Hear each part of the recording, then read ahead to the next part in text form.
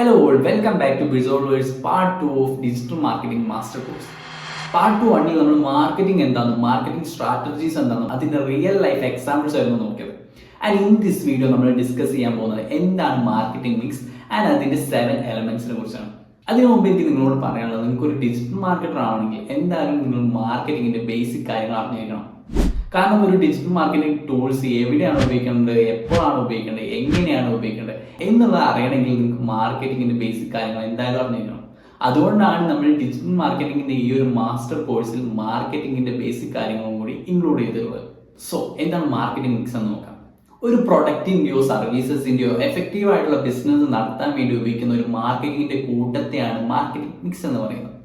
ഇത് എത്രമാത്രം നിങ്ങൾക്ക് മനസ്സിലായിട്ടുണ്ടാവും എന്ന് എനിക്കറിയില്ല, പക്ഷെ ഈ ഒരു വീഡിയോ അവസാനം വരെ കാണുമ്പോഴത്തേക്കും നിങ്ങൾക്ക് എന്താണ് മാർക്കറ്റിംഗ് മിക്സ് എന്നുള്ളത് കൃത്യമായി മനസ്സിലാവും. So let's jump into it.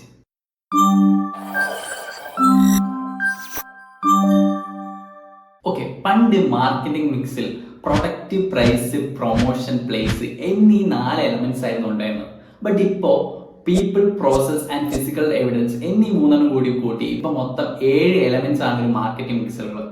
Okay, അതിന് ഒന്നാമത്തെയാണ് പ്രോഡക്റ്റ്. നിങ്ങൾ എന്താണോ വിൽക്കുന്നത് അതിനെയാണ് മാർക്കറ്റിംഗ് മിക്സിൽ പ്രോഡക്റ്റ് എന്ന് പറയുന്നത്. അത് കാണാനോ തൊടാനോ കഴിയുന്ന ഒരു വസ്തുവാവും, ഒരു സർവീസ് ആവാം, അതുമല്ല ഒരു എക്സ്പീരിയൻസ് ആവാം.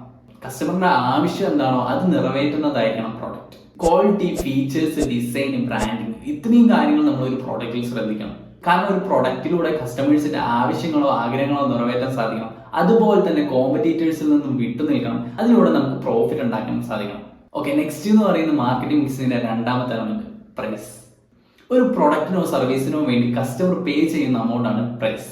ആ ഒരു പ്രൈസിന് കസ്റ്റമർ നിങ്ങളുടെ പ്രൊഡക്റ്റ് വാങ്ങുകയും വേണം, അതിലൂടെ നിങ്ങൾക്ക് പ്രോഫിറ്റ് ഉണ്ടാവുകയും വേണം. പ്രൈസ് ആണ് മാർക്കറ്റ് പ്ലേസിൽ നിങ്ങൾ നിലനിർത്തണോ വേണ്ടയോ എന്ന് തീരുമാനിക്കുന്ന ഒരു ഘടകം. നിങ്ങൾ മാർക്കറ്റ് പ്ലേസിൽ ഒരു പ്രോഡക്റ്റിന് കൂടുതൽ പ്രൈസ് ചാർജ് ചെയ്താൽ കസ്റ്റമർ അതിന് അവരുടെ പണത്തിനുള്ള വാല്യൂവോ അല്ലെങ്കിൽ ആ ക്വാളിറ്റിയോ അവർ എക്സ്പെക്ട് ചെയ്യും. സിമ്പിൾ ആയി പറഞ്ഞാൽ, നിങ്ങൾ കോമ്പറ്റീറ്റർ 5 രൂപയ്ക്ക് വിൽക്കുന്ന പേന നിങ്ങൾ അതേ മാർക്കറ്റ് പ്ലേസിൽ 10 രൂപയ്ക്ക് വിൽക്കാൻ ശ്രമിച്ചാൽ ആരും അത് വാങ്ങില്ല. അങ്ങനെ ആരെങ്കിലും വാങ്ങണമെങ്കിൽ ആ 5 രൂപയുടെ പേനയിൽ നിന്നും എന്തെങ്കിലും വ്യത്യാസം നിങ്ങളുടെ പ്രൊഡക്റ്റിന് വേണം. ആൻഡ് ആ ഒരു വ്യത്യാസം കസ്റ്റമറിന് 10 രൂപയ്ക്ക് വെർത്തായി തോന്നുകയും വേണം. അപ്പൊ എങ്ങനെ ഒരു പ്രൊഡക്റ്റിനോ സർവീസസിനോ പെർഫെക്റ്റ് ആയിട്ടുള്ള പ്രൈസിങ് ചാർജ് ചെയ്യാം? അതിന് യൂസ് ചെയ്യുന്ന മെത്തേഡ്സ് ആണ് പ്രൈസിങ് സ്ട്രാറ്റജീസ്.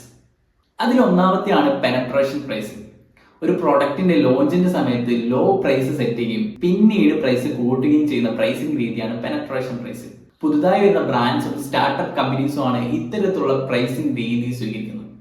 കാരണം ലോഞ്ചിന്റെ സമയത്ത് കസ്റ്റമേഴ്സിനെ അട്രാക്ട് ചെയ്യാനും മാർക്കറ്റിംഗ് ഷെയർ കൂട്ടാനുമാണ് ഈ ഒരു രീതി സ്വീകരിക്കുന്നത്. നിങ്ങളൊരു പ്രോഡക്റ്റ് മാർക്കറ്റിലേക്ക് പുതുതായി ഇറക്കാൻ ഉദ്ദേശിക്കുന്നുണ്ടെങ്കിൽ ഈ ഒരു പ്രൈസിംഗ് രീതി മാർക്കറ്റ് പ്ലേസിൽ നിങ്ങൾക്ക് ഒരു പൊസിഷൻ ക്രിയേറ്റ് ചെയ്ത് തരും. അതായത് നിങ്ങൾ കോമ്പറ്റീറ്റേഴ്സ് വിൽക്കുന്നതിനേക്കാളും വില കുറച്ച് വിറ്റ് കഴിഞ്ഞാൽ അവർക്ക് സ്ഥിരം കസ്റ്റമേഴ്സ് പോലും നിങ്ങളുടെ പ്രോഡക്റ്റ് ഒന്ന് ട്രൈ ചെയ്ത് നോക്കാൻ സാധ്യതയുണ്ട്. ഓക്കെ, ദെൻ രണ്ടാമത്തെ pricing strategy skimming pricing. Penetration പ്രൈസിംഗിന്റെ നേരെ വിപരീതമാണ് സ്കിമ്മിംഗ് പ്രൈസിംഗ്. പ്രൊഡക്റ്റ് ഇൻട്രൊഡ്യൂസ് ചെയ്യുന്ന സമയത്ത് ഹൈ പ്രൈസ് ചാർജ് ചെയ്യും, പിന്നീട് അതിന്റെ പ്രൈസ് കുറയ്ക്കുകയും ചെയ്യുന്ന പ്രൈസിംഗ് രീതിയാണ് സ്കിമ്മിംഗ് പ്രൈസിംഗ്. ഇന്നോവേറ്റീവ് ആയിട്ടുള്ള പ്രൊഡക്ട്സോ ടെക് പ്രൊഡക്ട്സോ ആണ് ഈ ഒരു പ്രൈസിംഗ് രീതി ഉപയോഗിക്കുന്നത്.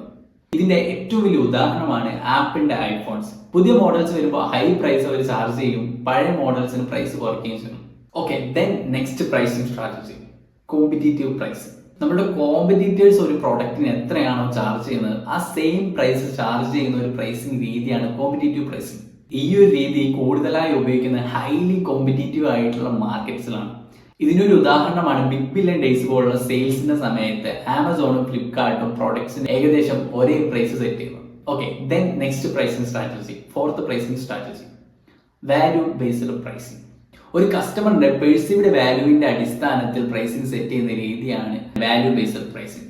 ഒരു കസ്റ്റമർ ഒരു പ്രൊഡക്റ്റിന്റെയോ സർവീസസിന്റെയോ കോസ്റ്റ് ഓഫ് പ്രൊഡ്യൂസ് നോക്കാതെ പേ ചെയ്യാൻ വില്ലിംഗ് ആവുന്നതിനെയാണ് പെർസീവ്ഡ് വാല്യൂ എന്ന് പറയുന്നത്. സിമ്പിൾ ആയി പറയുകയാണെങ്കിൽ ഒരു ലക്ഷറി ഹോട്ടൽ ഒരു രാത്രിക്ക് വേണ്ടി മാത്രം 30,000 രൂപ ചാർജ് ചെയ്യുകയാണെങ്കിൽ അതിന്റെ എക്സ്പീരിയൻസിനും എക്സ്ക്ലൂസിവിറ്റിക്കും വേണ്ടി മാത്രം ആളുകൾ പേ ചെയ്യുന്നുണ്ടെങ്കിൽ അതിനെയാണ് പെർസീവ്ഡ് വാല്യൂ എന്ന് പറയുന്നത്. ഇനി അഞ്ചാമത്തെ pricing strategy cost plus pricing. ഒരു പ്രൊഡക്റ്റിന്റെ കോസ്റ്റ് ഓഫ് പ്രൊഡ്യൂസിംഗിന്റെ കൂടെ ഒരു ഫിക്സ്ഡ് ആയിട്ടുള്ള മാർജിൻ പ്രോഫിറ്റ് ആഡ് ചെയ്യുന്ന രീതിയാണ് കോസ്റ്റ് പ്ലസ് പ്രൈസ്. ഇത് സിമ്പിൾ ആണ് ആൻഡ് ഓൾസോ കോമൺ ആണ്. ഓരോ പ്രൊഡക്റ്റ് വിൽക്കുമ്പോഴും പ്രോഫിറ്റ് ഉണ്ടാക്കുക എന്നുള്ളതാണ് ഇതിന്റെ മെയിൻ ഉദ്ദേശം. ഉദാഹരണം പറയുകയാണെങ്കിൽ ഒരു പ്രൊഡക്റ്റ് ഉണ്ടാക്കാൻ വേണ്ടി 500 രൂപ ചെലവായി എന്ന് വിചാരിക്കാം. അതിൻ്റെ കൂടെ 20% മാർജിനും കൂടി ആഡ് ചെയ്ത് 600 രൂപയ്ക്ക് വിൽക്കുന്ന പ്രൈസിംഗ് രീതിയാണ് cost plus pricing. Okay, then next pricing strategy psychological pricing. Psychological pricing പറഞ്ഞാൽ എല്ലാവർക്കും അറിയായിരിക്കും. 500 രൂപയുടെ ഒരു പ്രോഡക്റ്റ് 499 രൂപയുള്ളൂ എന്ന് പറഞ്ഞ് വിൽക്കുന്നതിനെയാണ് സൈക്കോളജിക്കൽ പ്രൈസിംഗ് എന്ന് പറയുന്നത്. ഇത് പെട്ടെന്ന് കാണുന്ന ആളുകൾക്ക് അത്ര വിലയില്ലല്ലോ എന്ന് തോന്നിക്കാൻ വേണ്ടിയാണ് ഇത്തരത്തിലുള്ള പ്രൈസിംഗ് രീതി ഉപയോഗിക്കുന്നത്. Okay, then next pricing strategy bundle pricing or combo pricing. ഒന്നിൽ കൂടുതൽ പ്രോഡക്ട്സ് എടുക്കുമ്പോൾ വില കുറച്ച് കൊടുക്കുന്ന പ്രൈസിംഗ് രീതിയാണ് bundle pricing or combo pricing. Super മാർക്കറ്റിലോ ഹൈപ്പർ മാർക്കറ്റിലോ പോകുമ്പോൾ നിങ്ങൾ ശ്രദ്ധിച്ചിട്ടുണ്ടാവും കോംബോ ഓഫർ എന്ന് പറഞ്ഞിട്ടുള്ള ഒരു പോസ്റ്റർ അല്ലെങ്കിൽ പ്രോഡക്റ്റിൽ ഇങ്ങനെ സ്റ്റിക്കർ ചെയ്ത് വെച്ചിരിക്കുന്നൊക്കെ. ആ ഒരു രീതിയാണ് ബണ്ടിൽ പ്രൈസിംഗ് അല്ലെങ്കിൽ കോംബോ പ്രൈസിംഗ് എന്ന് പറയുന്നത്.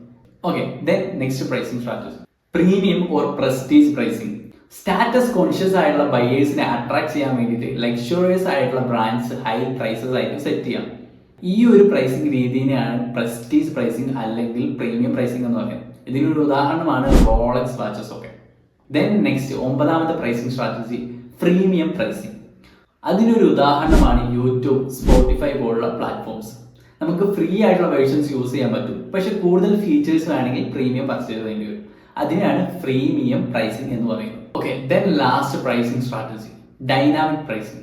യൂസർ ബിഹേവിയറിലും ഡിമാൻഡിലും ടൈമിലും മാറ്റം വരുന്നതിനനുസരിച്ച് പ്രൈസിൽ മാറ്റം വരുത്തുന്ന പ്രൈസിംഗ് രീതിയാണ് ഡൈനാമിക് പ്രൈസിംഗ്.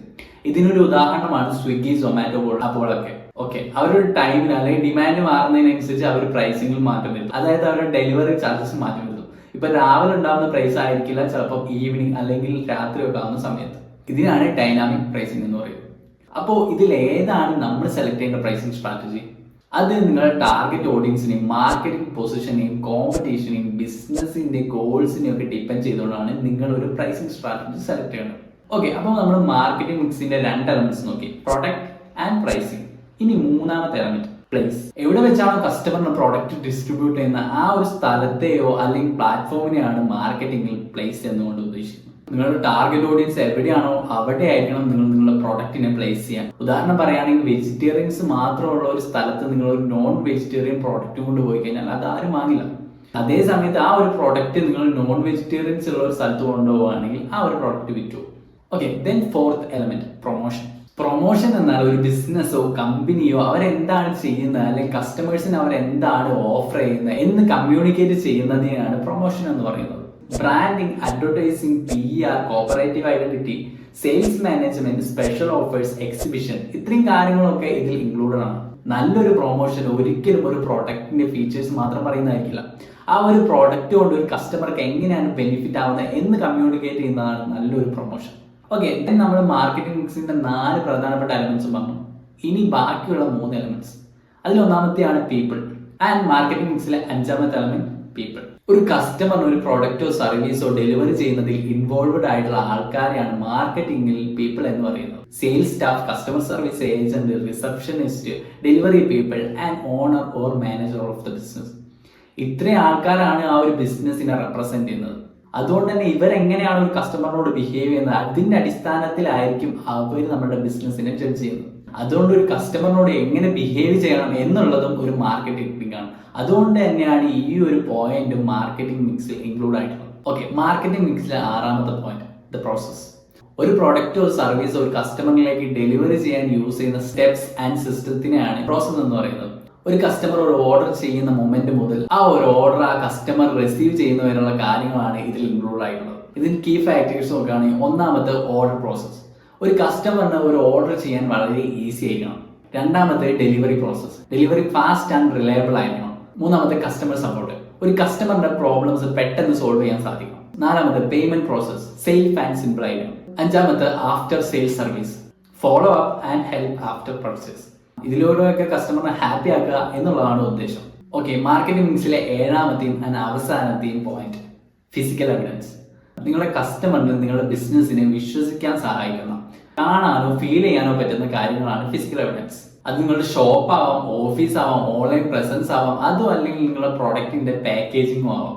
നിങ്ങൾ ഒരു പ്രോഡക്റ്റ് വാങ്ങുന്നതിന് മുമ്പ് അതിന്റെ റിവ്യൂസ് നോക്കാറില്ലേ? അതും ഫിസിക്കൽ എവിഡൻസിന് ഒരു ഉദാഹരണമാണ്. ഇൻ ഷോർട്ട്, നിങ്ങളുടെ കസ്റ്റമർ എന്താണോ കാണുന്നത് അതായിരിക്കും അവർ വിശ്വസിക്കുക. ഓക്കെ, അപ്പൊ എന്താണ് marketing mix? Product, price, place, promotion, process, people, physical evidence. ഇത്രയും കാര്യങ്ങളെയാണ് മാർക്കറ്റിംഗ് മിക്സ് എന്ന് പറയുന്നത്. ആൻഡ് ഈ ഓരോ കാര്യങ്ങളിലായിരിക്കും നമ്മൾ മാർക്കറ്റിംഗ് സ്ട്രാറ്റജീസ് ഇംപ്ലിമെന്റ് ചെയ്യുന്നത്.